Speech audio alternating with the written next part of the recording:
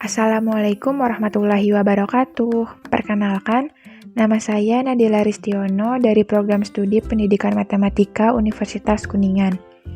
Pada video kali ini, di sini saya akan memaparkan terkait hasil dari review jurnal teori graf dengan judul Optimalisasi Penjadwalan Mata Kuliah Menggunakan Teori Pewarnaan. Adapun pada bagian pertama di sini ada identitas jurnal.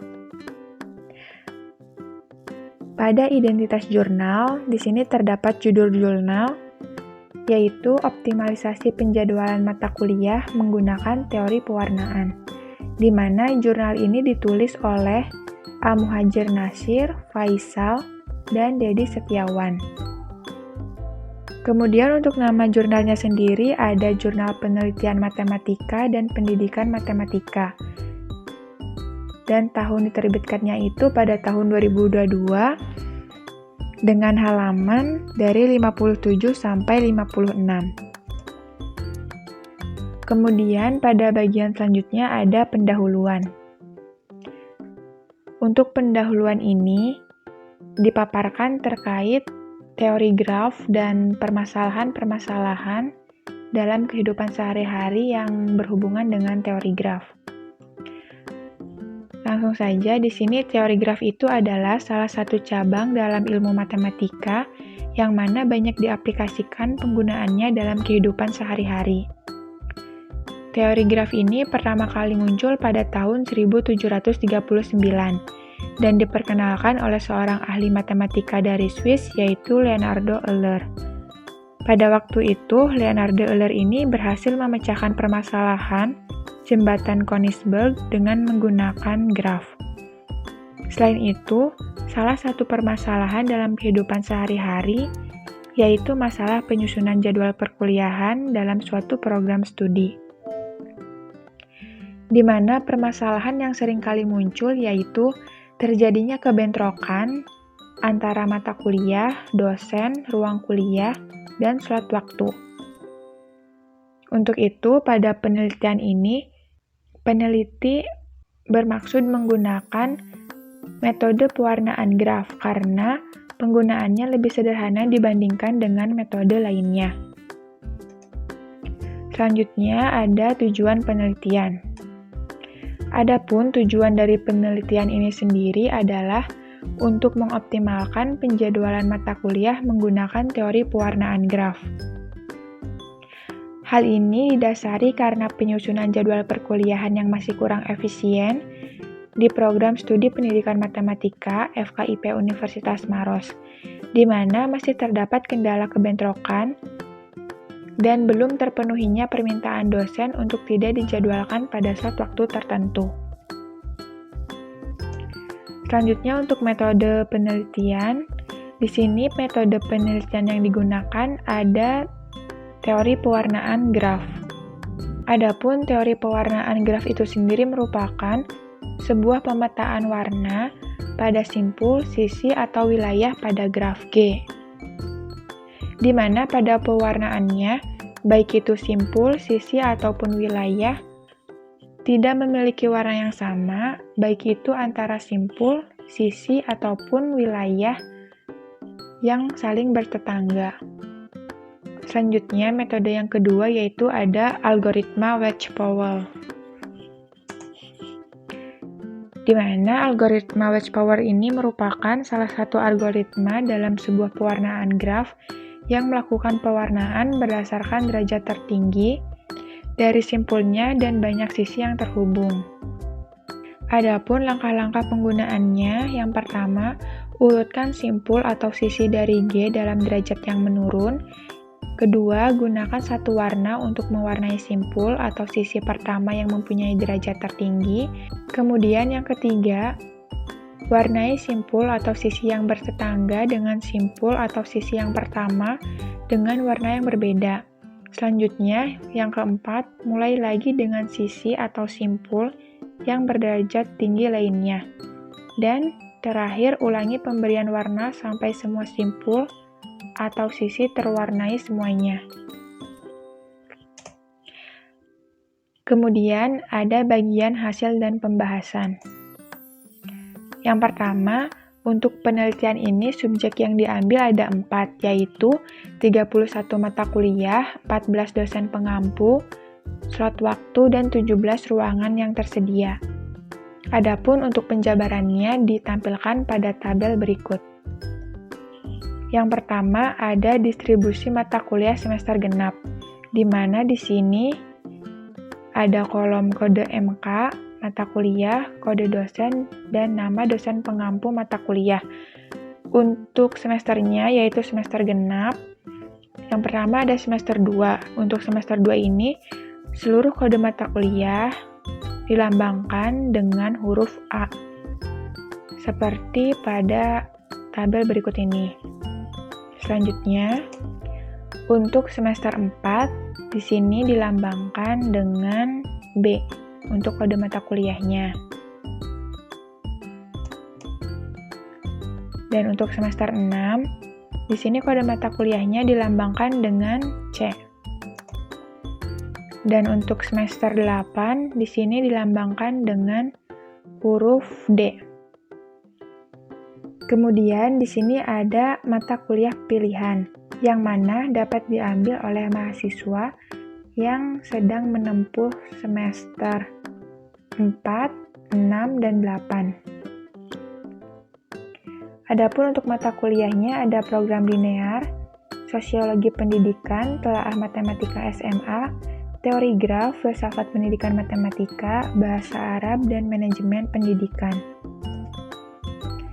Kemudian di sini ada tabel mata kuliah setiap angkatan mahasiswa, di mana di sini merupakan ringkasan dari banyaknya mata kuliah yang diambil oleh setiap tingkatan mahasiswa.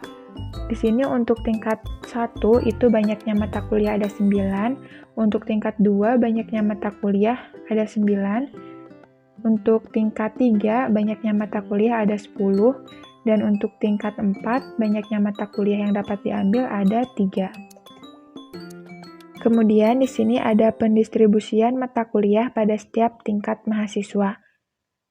Di sini juga terdapat sebuah aturan di mana aturan dari Ketua Program Studi mewajibkan setiap mahasiswa tingkat 2, 3, dan 4 untuk menambah minimal 1 mata kuliah pilihan. Oleh karena itu, pada tabel berikut digambarkan pendistribusian mata kuliah pada setiap tingkat mahasiswa. Di mana di sini untuk angka 1 itu menunjukkan bahwa tingkat mahasiswa memprogramkan 1 mata kuliah. Selanjutnya, dari hasil pendistribusian mata kuliah pada setiap tingkat mahasiswa tersebut, kemudian dibuat ataupun direpresentasikan dalam bentuk graf, di mana graf ini menunjukkan pemrograman mata kuliah dengan ada tingkatan mahasiswa atas yang memprogramkan mata kuliah di tingkat bawah. Selanjutnya, dari hasil representasi yang sudah didapatkan dalam bentuk graf, maka langkah selanjutnya adalah merepresentasikan ke dalam bentuk tabel, seperti pada gambar berikut. Jadi ini merupakan hasil representasi dalam bentuk tabel, yang mana yang ini yaitu mata kuliah yang diprogramkan untuk semester 2. Yang ini berarti untuk semester 4, di mana ini tuh berarti ada mahasiswa semester 4 yang mengambil mata kuliah di semester 2. Begitu juga untuk yang ini, semester 6. Dan untuk tingkat 4 yang ini. Selanjutnya, setelah direpresentasikan dalam bentuk tabel tersebut, simpul diurutkan berdasar derajat yang menurun, atau dari derajat tertinggi ke derajat terendah. Di sini kita contohkan, untuk urutan yang pertama, simpul 8, mata kuliahnya A8, derajatnya 13. Kita kembali ke yang awal. Tadi yang pertama itu A8, yang ini. Derajatnya tadi 13.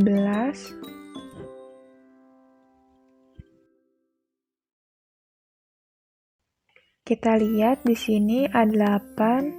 Kita hitung yang satunya ini ada berapa? 1, 2, 3, 4, 5, 6, 7, 8, 9, 10, 11, 12, 13. Berarti A8 ini simpulnya 13. Nah, begitu juga untuk simpul-simpul yang lainnya. Berarti setelah misalkan kita hitung atau kita cari, didapatkan hasil seperti ini. Untuk simpul mata kuliah A8 derajatnya 13, mata kuliah dengan kode B7 derajatnya 12, dan seterusnya. Selanjutnya proses pemberian warna. Yang pertama, kita akan mewarnai graf ini menggunakan algoritma Wedge-Powell. Untuk langkah-langkahnya sudah disebutkan pada slide sebelumnya. Yang pertama, untuk mata kuliah dengan kode A8, pertama kita warnai dulu dengan warna dengan kode A. Selanjutnya, untuk B7. B7 ini tadi dalam graf terlihat bahwa B7 ini bertetangga dengan A8. Oleh karena itu, maka warnanya tidak boleh sama, maka kita warnai dengan B. Selanjutnya untuk mata kuliah dengan kode B8.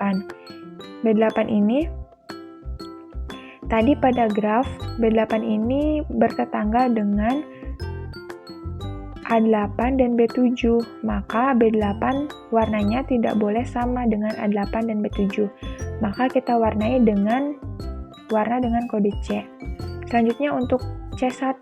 C1 ini ketika kita lihat di graf, ternyata C1 tidak bertetangga dengan A8. Jadi kita warnai C1 ini dengan A. Begitu juga proses pemberian warna pada mata kuliah lainnya. Kemudian setelah kita beri warna dan semua simpul terwarnai, maka langkah selanjutnya kita susun simpul-simpul tersebut berdasarkan warnanya. Di sini, untuk warna dengan kode A ini ada 3 mata kuliah. Untuk warna dengan kode B ada 3 mata kuliah juga. Untuk warna dengan kode C ada 3 mata kuliah juga. Untuk warna dengan kode D ada 4 mata kuliah. Untuk warna dengan kode E juga ada 4 mata kuliah. Untuk warna dengan kode F ada 3 mata kuliah, G juga ada 3, H ada 3, I ada 3, dan J ada 2. Di mana dengan keterangan pengkodean warna ini, A untuk merah, B untuk kuning, C untuk hijau, D untuk pink, E untuk biru muda, F untuk ungu, G untuk abu-abu, H untuk biru tua, I untuk coklat, dan J untuk warna emas. Kemudian, ini merupakan hasil dari representasi graf yang sudah diberi warna. Nah, selanjutnya dari graf yang sudah diberi warna tersebut, maka kita dapat menghasilkan sebuah penjadwalan yang dihasilkan. Adapun di sini untuk contoh penjadwalan yang dihasilkan, dari langkah-langkah berikut. Yang pertama, untuk slot waktu ada 3, yaitu T1, untuk jam pelajaran pertama, T2 untuk jam pelajaran kedua, dan T3 untuk pelajaran ketiga. Selanjutnya untuk harinya itu ada 4, yaitu Senin, Selasa, Rabu, dan Kamis. Di mana di sini ada R1, R2, R3, R ini berarti menunjukkan ruang kuliah. Misalkan di sini R1. R1 ini ruang kuliah 1, contohnya misalkan ruangan A. Nah, di ruangan A ini dapat dipakai untuk jam pelajaran pertama oleh kode mata kuliah dengan kode A8. Untuk jadwal atau jam pelajaran kedua dapat digunakan oleh mata kuliah dengan kode B7. Begitu juga seterusnya. Selanjutnya, kesimpulan. Nah, dari hasil analisis data dan pembahasan yang sudah dilakukan, maka dapat ditarik kesimpulan bahwa penyusunan jadwal perkuliahan dapat dioptimalkan dengan menerapkan pewarnaan simpul graf dengan algoritma Wedge-Powell sehingga tidak terjadi jadwal mata kuliah yang bentrok. Kemudian yang kedua, permasalahan utama dalam menyusun jadwal perkuliahan adalah ketika adanya mahasiswa tingkat bawah yang mengambil mata kuliah di tingkat atas ataupun sebaliknya. Barangkali hanya itu yang dapat saya sampaikan. Mohon maaf apabila dalam proses penyampaiannya terdapat kata-kata yang salah. Akhir kata, wassalamualaikum warahmatullahi wabarakatuh.